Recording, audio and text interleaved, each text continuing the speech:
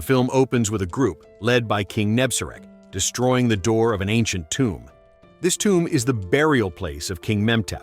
Accompanying Nebsurk is a priestess named Mennefer, who always carries a falcon and possesses the ability to see the past. She advises the king that what they seek is inside King Memtep's coffin.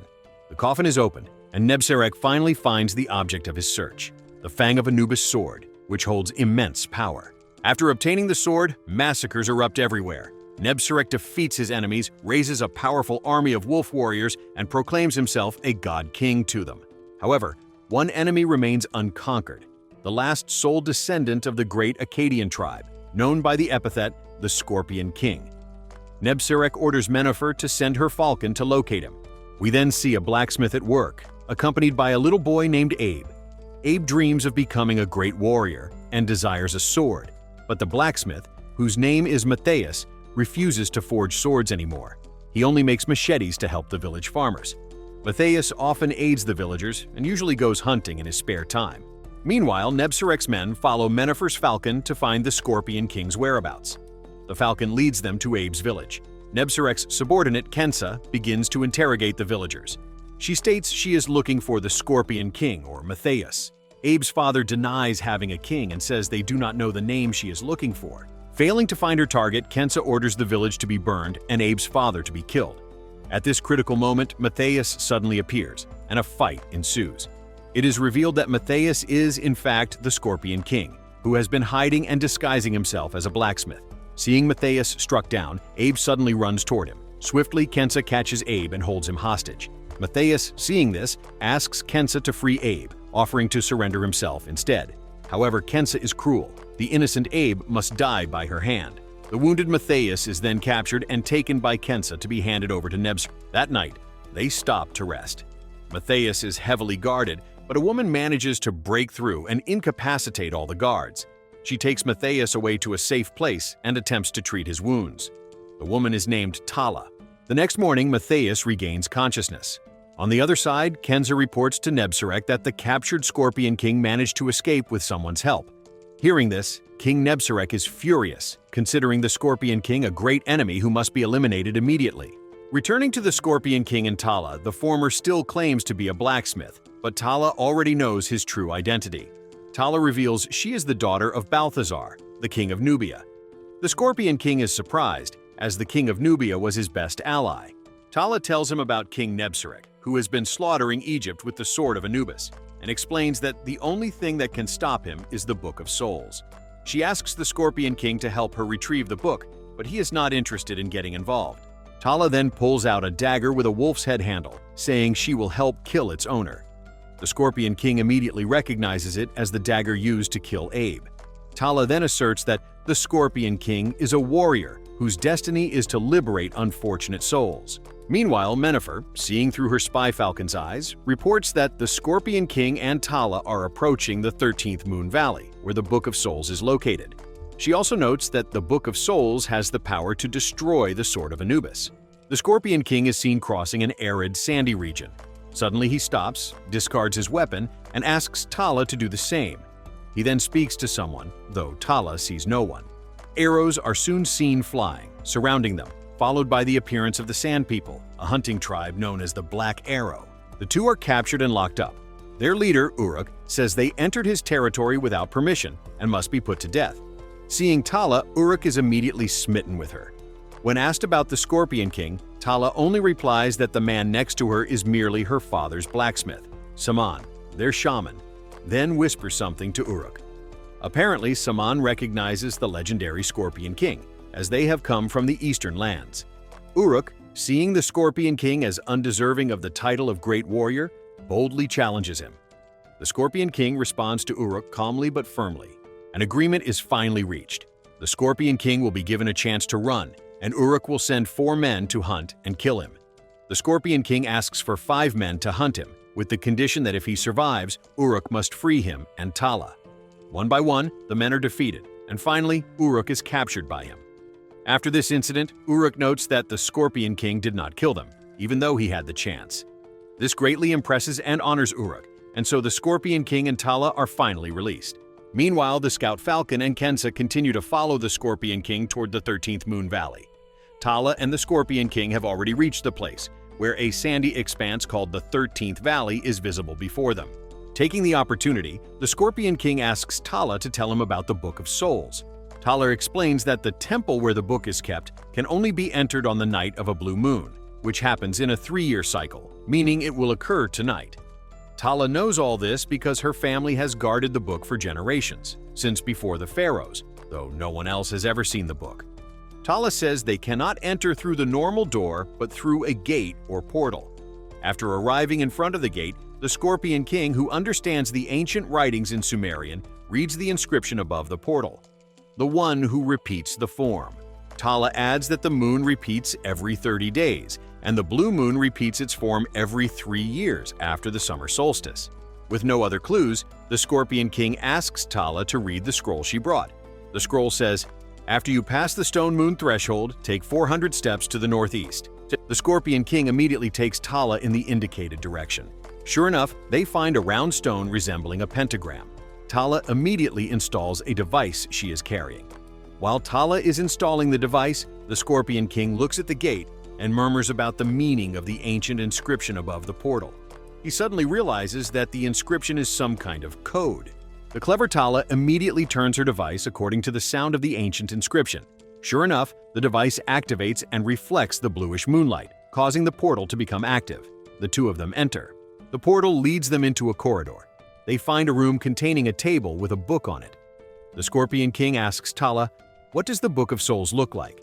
Tala answers that she has never seen it either. "It could be a scroll or a thick book, or maybe a scrawled papyrus on burnt bone," she replies.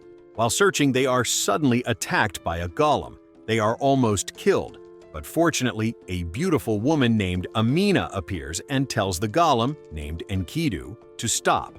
Tala introduces herself to Amina and explains the purpose of their visit, to find the Book of Souls. Amina merely nods. She immediately looks at the Scorpion King and says that he is an Akkadian. Amina also answers the Scorpion King's question about the golem, explaining that golems are created from clay and brought to life by magic. Enkidu was made by her father to protect her. From the look in her eyes, Amina seems impressed with the Scorpion King, and vice versa. Tala then tells Amina about the cursed sword, the Fang of Anubis, which is sweeping through Egypt and has not been defeated. She begs Amina to give them the Book of Souls. However, Amina says there is nothing there that can help them. Amina adds that she has read all the scrolls and books there but has never seen the book they are referring to. Knowing this, the Scorpion King asks Tala to look for other clues from the scroll she is carrying. The scroll says that the Book of Souls is written on the vellum of alabaster, and the body of its forbidden text is revealed in the light of the blue moon. The clever Scorpion King immediately notices the blue moonlight and tries to reach for Amina's hand, which makes Enkidu angry. The movement of Amina's hand stopping Enkidu, however, reveals the truth. The Book of Souls is Amina herself. Amina explains that she is the names of the souls forcibly taken by the sword of Anubis. She can also hear them and see the faces of those who were killed. On the other side, Kensa and her troops have reached the Black Arrow territory. They are immediately intercepted by Uruk and his men.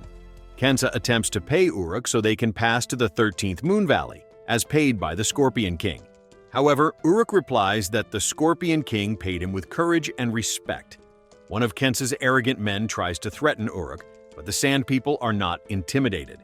Finally, Kensa concedes and leaves to take another route. Returning to the Scorpion King, Amina seems to have fallen in love with him, which makes Enkidu uneasy.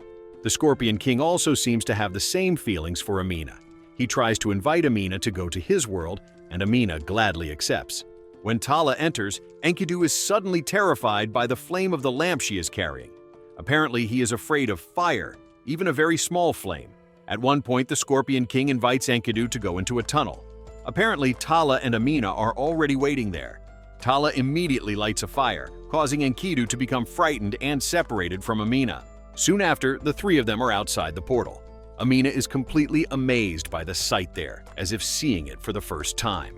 No sooner had the three of them left the portal than Kensa and her troops arrive. The Scorpion King and the others rest by a beach. Amina gazes calmly at the sea. She tells the Scorpion King that she can hear the noisy voices from the ancient shores. She also says that she misses Enkidu very much. as they have never been separated before. From this conversation, the reason Enkidu is afraid of fire is revealed. Since Enkidu is made of clay, the manifestation of fire will turn him into stone. Unfortunately, their newfound intimacy is interrupted by the arrival of Kensa's men. In the middle of the fight, Enkidu suddenly arrives to help them. His arrival makes it easier for them to defeat Kensa's men in a short time. We are two!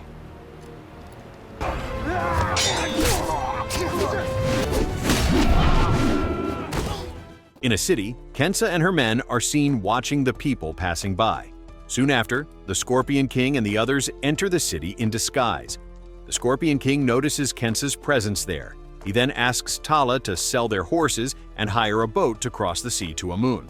Meanwhile, harboring a grudge against Kensa for Abe's death, he goes straight to confront her. Tala, seeing the fight, immediately finds Enkidu and tells him to take Amina to the harbor, while she quickly takes her carriage to save the Scorpion King.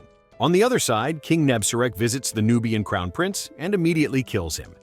Amina, who is on the sea, informs Tala that her brother has just died defending his nation with honor and dignity. Amina asks Tala to be patient and continue her struggle. Tala approaches the Scorpion King and says that she is now the sole heir to the Nubian kingdom. She has become a queen without a kingdom, just as happened to the Scorpion King.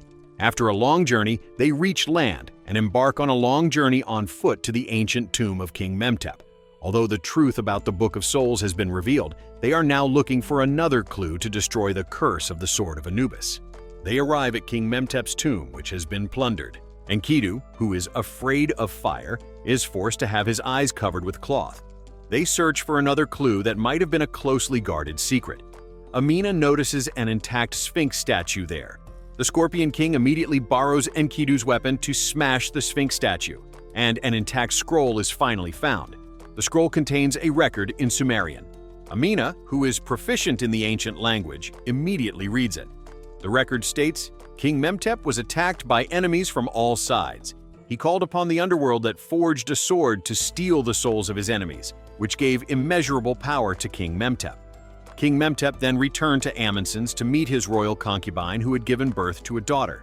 His daughter's skin carried the names of the people killed by the sword. Anubis informed King Memtep that the only way to end the curse was to destroy the Book of Souls.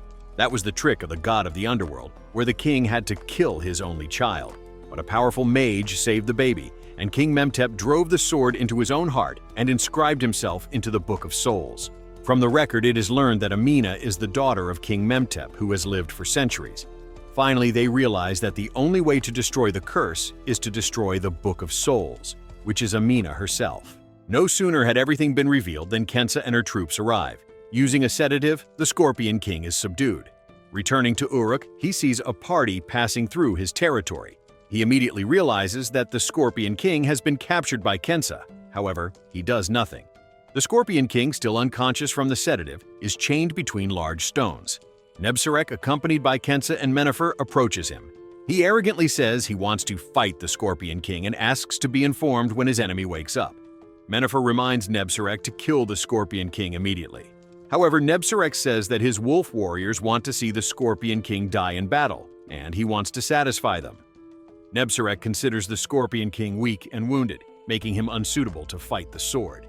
On the other side, Tala meets her captured royal forces. She informs them that she is their queen now and asks them to be ready to fight by her side. Nebsurk, who has learned that Amina is the true Book of Souls, orders his men to burn her. The ritual to sacrifice Amina to their god begins. Meanwhile, Tala tries to awaken the Scorpion King with her ability. Tala's effort is not in vain. The Scorpion King regains consciousness and breaks free. The Scorpion King arrives just in time. He challenges all of them to free his friend. Nebsurk immediately stands up and challenges the Scorpion King to a one-on-one duel. On the cliff, people led by Uruk are seen arriving to help the Scorpion King. Meanwhile, on the other side, Enkidu uses his strength to break the chains that bind him and helps free the other captives. At one opportunity, Enkidu tries to save Amina.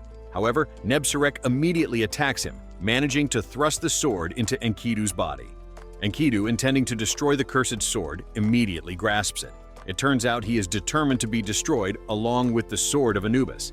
In the fight, the Scorpion King uses the dagger that killed Abe to successfully avenge himself.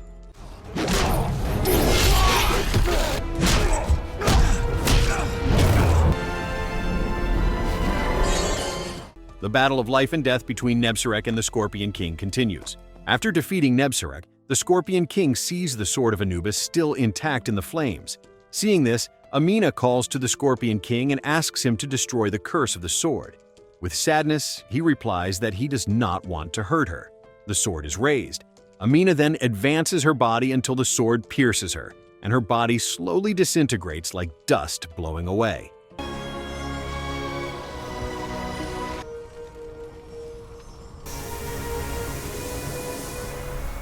So, what did you think of the movie? Leave it in the comments below, and if you enjoyed the video, please like and subscribe for more movie recaps. See you in the next video.